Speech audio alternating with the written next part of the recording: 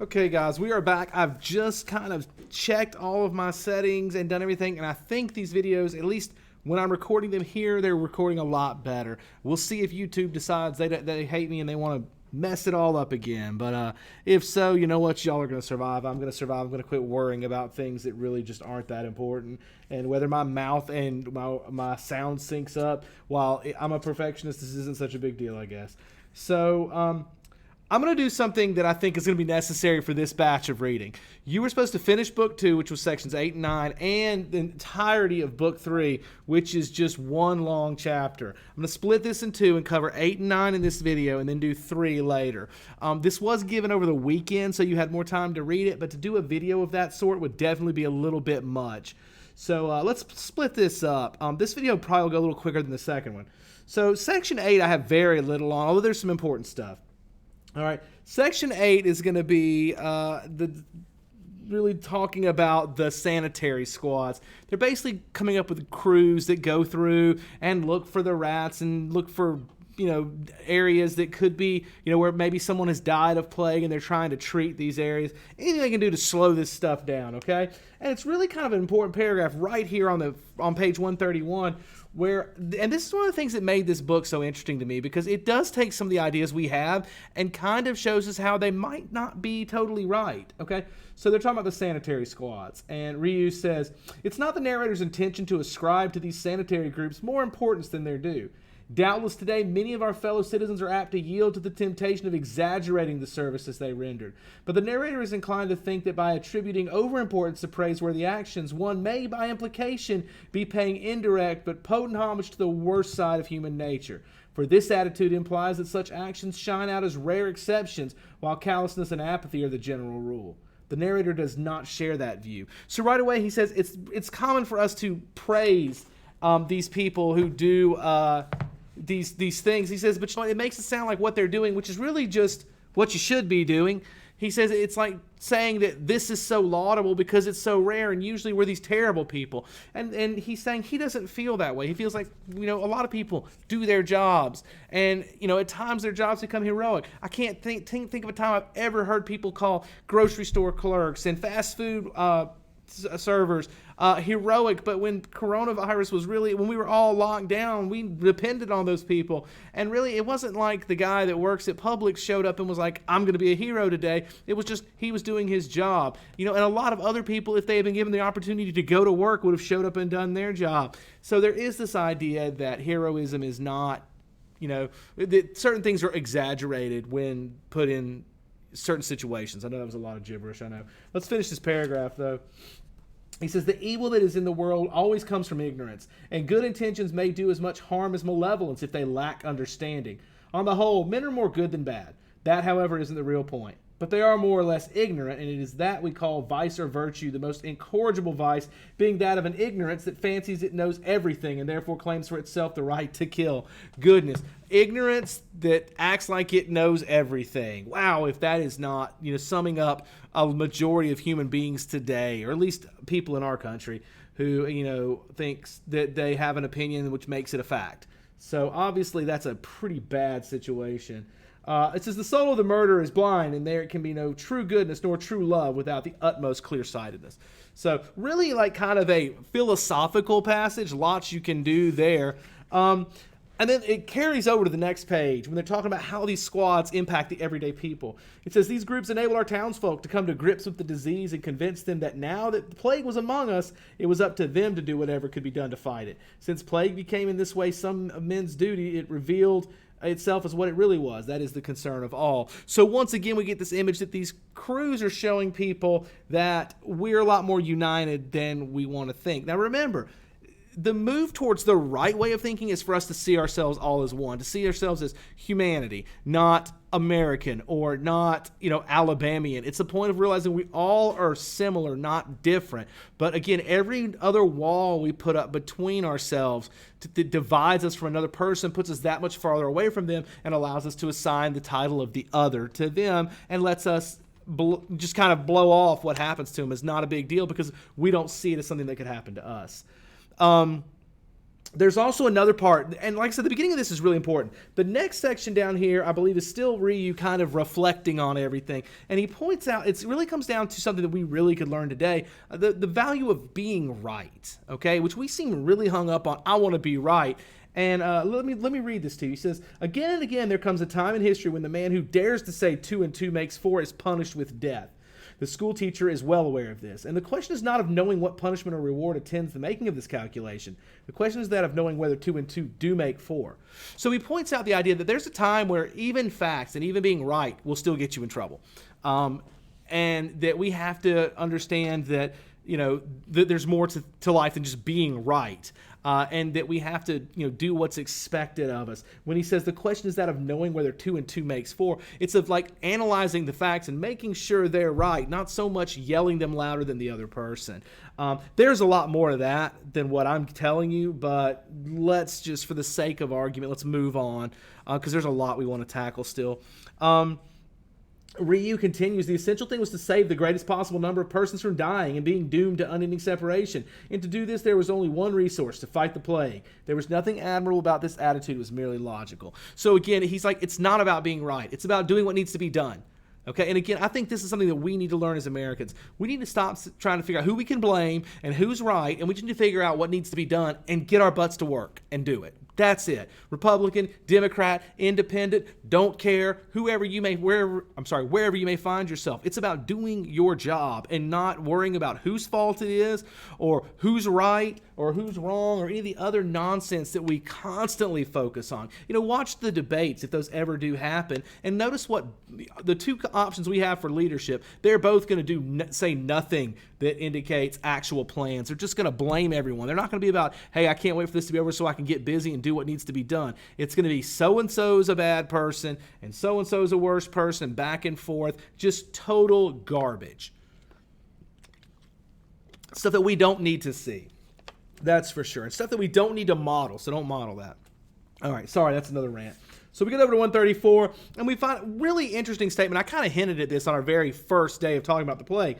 I said, listen to what Ryu says. He said, Gron was the true embodiment of the quiet courage that inspired the sanitary groups. So the guy that really pushes these groups to keep going and to get out there and do what needs to be done despite the cost is the 50-year-old wimp Gron of all people. The guy whose wife didn't even give him a reason for leaving. She just left him a note and basically said, hey, I was tired of being with you later. I mean, that's the guy who's going to become kind of a heroic figure under the way that Ryu sees what heroism truly is. Speaking of Grond, we're going to get to him to show off his writing. We mentioned that he's a writer. The thing about Grond is he is determined to make his writing the most, powerful writing the world has ever seen. And the fact is, it's just not.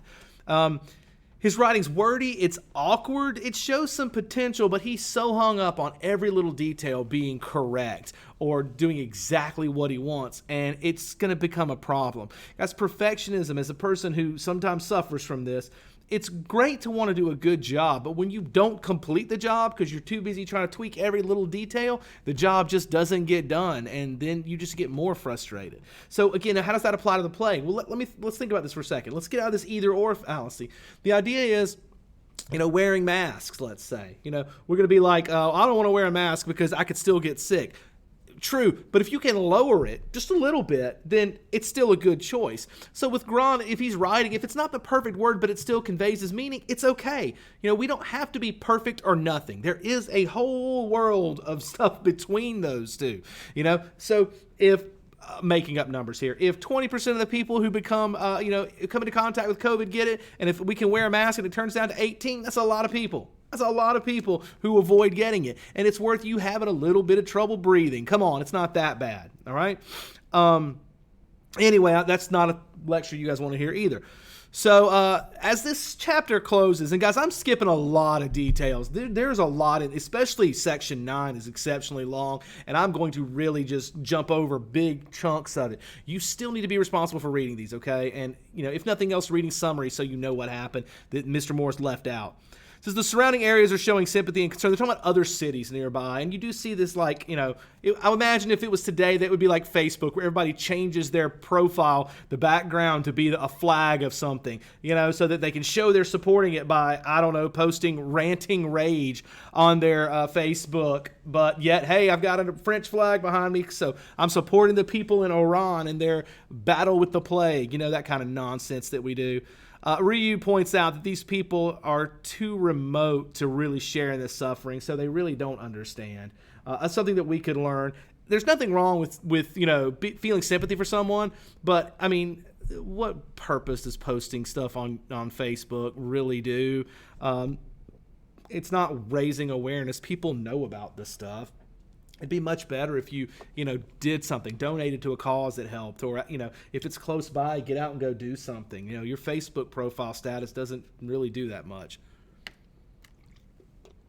Says the guy without Facebook, right?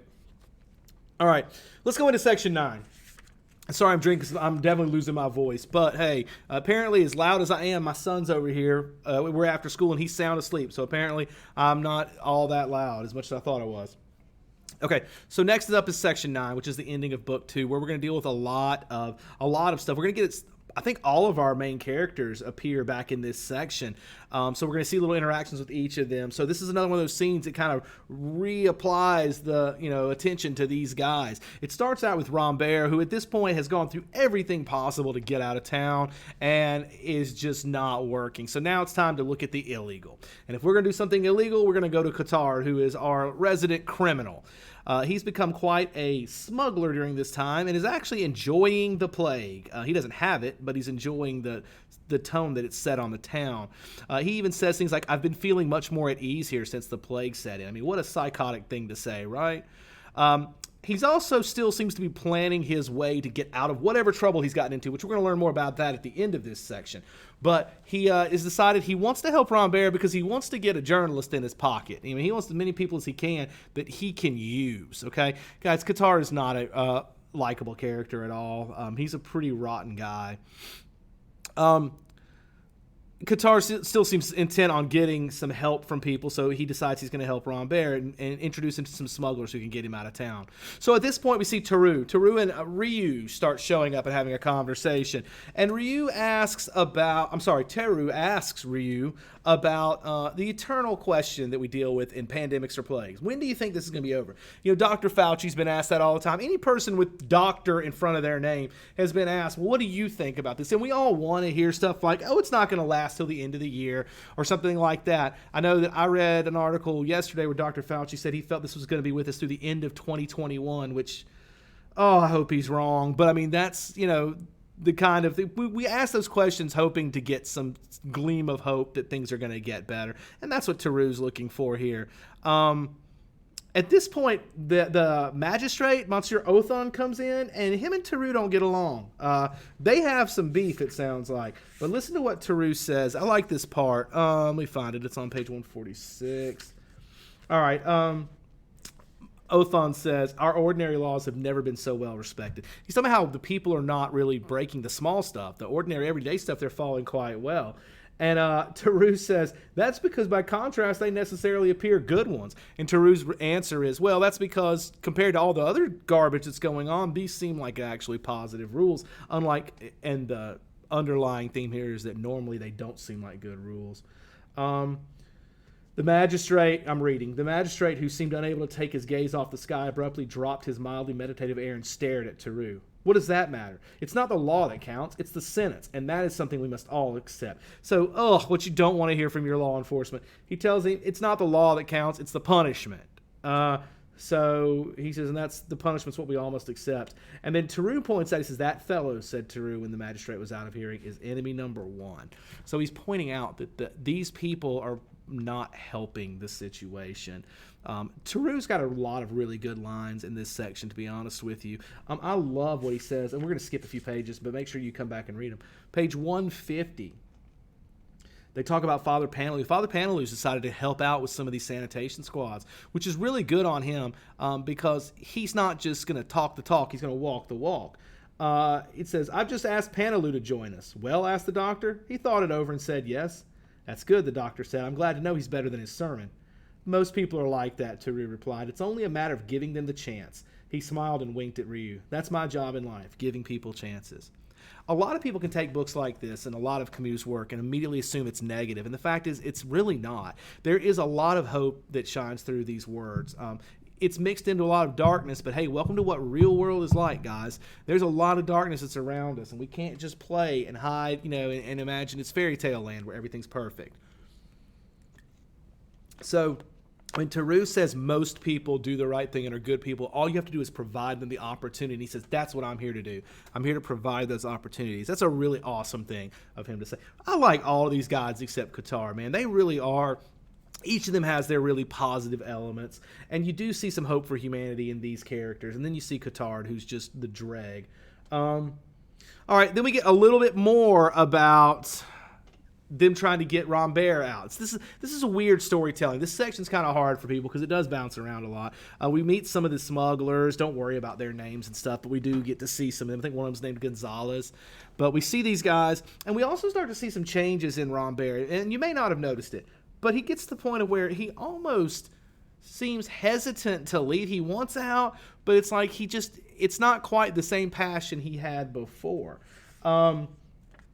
He's talking to this guy, Gonzalez, and Gonzalez, there's a delay. There's a lot of delays in this chapter. Gonzalez says, don't take it so hard. Why think of all the swerves and runs and passes you got to make to score a goal? And they bond over being fans of soccer, which I think everyone in Europe is, aren't they? And he says basically, hey, don't worry about it. Think about all of the things that happen on the way to scoring a goal. And I love Rambert's response. Quite so, but the game lasts only an hour and a half. And he's like, yeah, but this is going to taking so much longer. Okay, so I find my point here. It says, okay, we begin to see some new developments with Rambert here as he starts to lose focus on his girl and focuses more on the process of trying to escape. So we see that, and as his focus shifts, he becomes obsessed with something else. And that's until the escape seems like it's not going to happen. And then what happens? He goes back to obsessing over the girl. So it seems at this point that it's not so much about the girl as it is about this like desire to do something that he can't do and being obsessed with it because he can't have it or can't complete it. Again, a very common trait among humans. So we do see this little bit of a change in Rambert. And then all of a sudden we move to a minor but important turning point, as it's the first time on page 156 that we find out someone's gotten better from the plague. Something Ryu's done has worked, and somebody is in fact better, which I know for Ryu feels like, a victory. Even though you may have had massive amounts of defeats, he did have that victory, which is important. At this point, Cotard seems to not accept it. He says, well, it can't have been the plague then, because if they got better, then it's got to be something else, because, remember, for him, he's thriving in the plague. He's one of these people who, like, we have some of these people now, I hate to call one out, but like Jeff Bezos, who's making a killing during the pandemic. Why? Because everybody has to buy stuff off of Amazon. So now he's, on his way to becoming a trillionaire, and it's all thanks to this little bug. Not that he wasn't rich before, but he definitely is richer now. So Cotard is like, I'm doing good while there's a plague. If it goes away, people are going to start focusing on other things like, I don't know, me, and I don't want that. There's also a discussion about people needing to focus more on isolating themselves. And he says more stringent rules on themselves. And I thought that was funny. This is a little side note of mine, but it's like, yes, you can count on people to do that, just like we do today. We can't follow simple rules, let alone give us some strict ones. So I don't think people have changed that much. They probably were just as bad back in the 1940s. Okay, then back on page 158, another great Cotard moment when he says, the plague suits me quite well, and I see no reason why I should bother about trying to stop it. They're asking him if he wants to help out with some of these sanitation teams, and he's like, no, I'm doing good with the plague. I'd rather it stay. My note over here says, what's wrong with this guy? I think that's a great way to put it. We do get a little bit more about his crime here. He explains that it's not murder. We don't really know what it is, but it looks like he got snitched on, and so now they're after him, and he's just trying to avoid it. And whatever was going to jail to him is terrible, and he's even thought about killing himself. In fact, that's where we found him when he first entered the book. So, and then Rambert finds out again. Like I said, this story is just like jumpy here. It's really not told well at this point. I think this could have been broken up into several sections and fit better.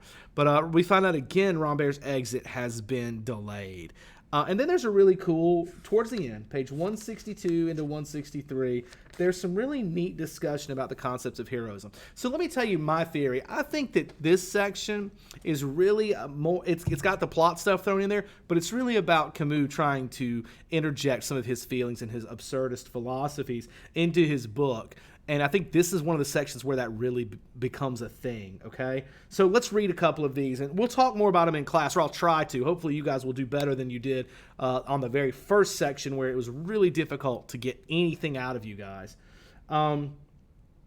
So we find out, we start by talking about courage. I believe this is Ryu talking? Maybe. We'll get it right in a minute. It says, courage. I know now that man is capable of great deeds, but if he isn't capable of great emotion, well, he leaves me cold. In other words, it's great if you can achieve great deeds and do things, but can you feel great things? One has the idea that he is capable of everything, Theroux remarked. I can't agree. He's incapable of suffering for a long time or being happy for a long time, which means he's incapable of anything really worthwhile. He looked at the two men in turn and then asked, tell me, Theroux, are you capable of dying for love? So Ryu points out that the person who doesn't feel great emotion can't do two of the most important things, which is either love for a long time or be happy for a long time, or be sad for a long time. He says those two things are define who you are. And he says if you can't do those things, then you can't really be a person. Theroux says, I couldn't say, but I hardly think so, as I am now.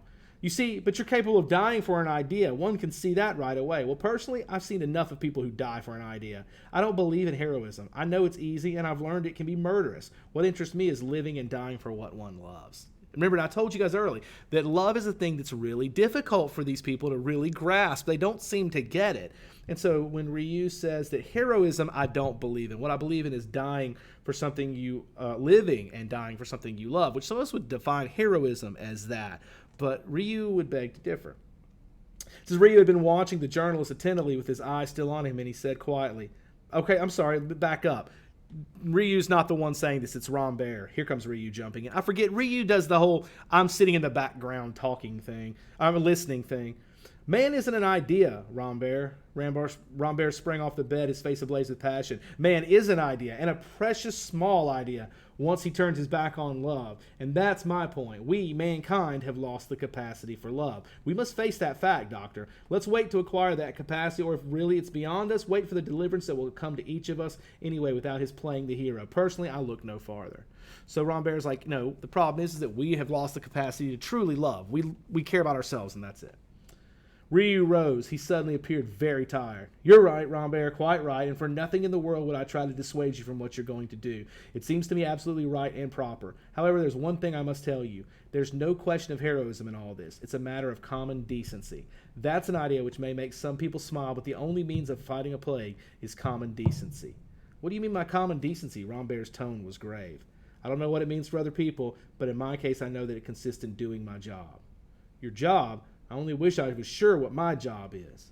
Now, that's the part I wanted to get to. I know I read a lot, but that part, man, that is our absurdism coming through again, and it's such a powerful point. And really, to be honest with you, it's what inspired me to get this book for you guys and for you to learn about it. Because the doctor here is pointing out what's such an important detail, and that detail is that the only way you can fight, and it doesn't say defeat, the only way you can fight a plague or let's say a pandemic is through common decency, something that we just do not have anymore. Our culture lacks it. We don't show it. Think about, again, back to the mask discussion. It's just common decency. I don't know if it works or not. I'm not a scientist, and I don't want to. I've read 50 different things that say completely opposite things, but I do know this: if there's a chance it does work and it's going to help people, it's a minor inconvenience to me, and that's about common decency. All right. I realize walking one way in the halls bugs some of you, and I've noticed a bunch of you seniors breaking that rule, especially in the honors class. I've seen a ton of you, right as the bell rings, instead of going the way you're supposed to, walking straight back this way and doing it with the big grin on your face, like, look what I can do. That's not common decency. That's being a jerk because you're lazy. Okay? And that kind of stuff is not acceptable, to be honest with you. He says that common decency is the only way we can get through this. And he says, and for him, that entails doing his job. So right now, in the situation we find ourselves, that's really what we're faced with. Being decent to each other and just getting up and doing what you know you can. Even if it's just a little bit, doing that one thing is really, really key, okay? Sorry, I could really get into preaching on this. This is a big deal to me. Okay? Whatever happens, though, this has an impact on Rambert, and he decides he's going to help them, at least until he can get out of town. And just to spoil it for you, eventually, when he does get the chance to get out of town, he's going to pass it up to Stay, because that's what's important, is to do your job. Do what you're here for. Do what you can. Now, right now, Rambert's upset. He says, I don't know what my job is. You know, I'm a writer. What am I going to write about here? And he pointed this out earlier. It's his job to write. Is his job to love this girl. He doesn't know what it is. And that, I think, is a frustration a lot of us share. It's just not knowing what we're supposed to be doing. But I'll tell you what you can do is do something. You know, maybe this isn't what you're here to do, but if it's a small thing, a small kindness, these matter. And these are things that we've got to get out there and do, instead of just, you know, waiting for, you know, a big thing. A bunch of small things, just as important, all right? Okay, guys, I know that was a lot, and this is why we broke these up, because could you imagine trying to do that? Let's see how many pages are in section 3. That's another 20 pages, so there's no way we're going to get that in.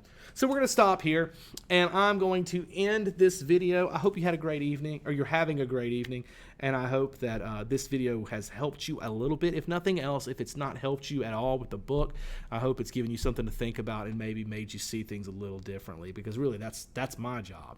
So anyway, thank you for your time. Thank you for making it all the way through this almost 30 minutes, and I will see you back for part 3, which is actually the second half of today's reading. So anyway, have a wonderful evening and come back for that second part.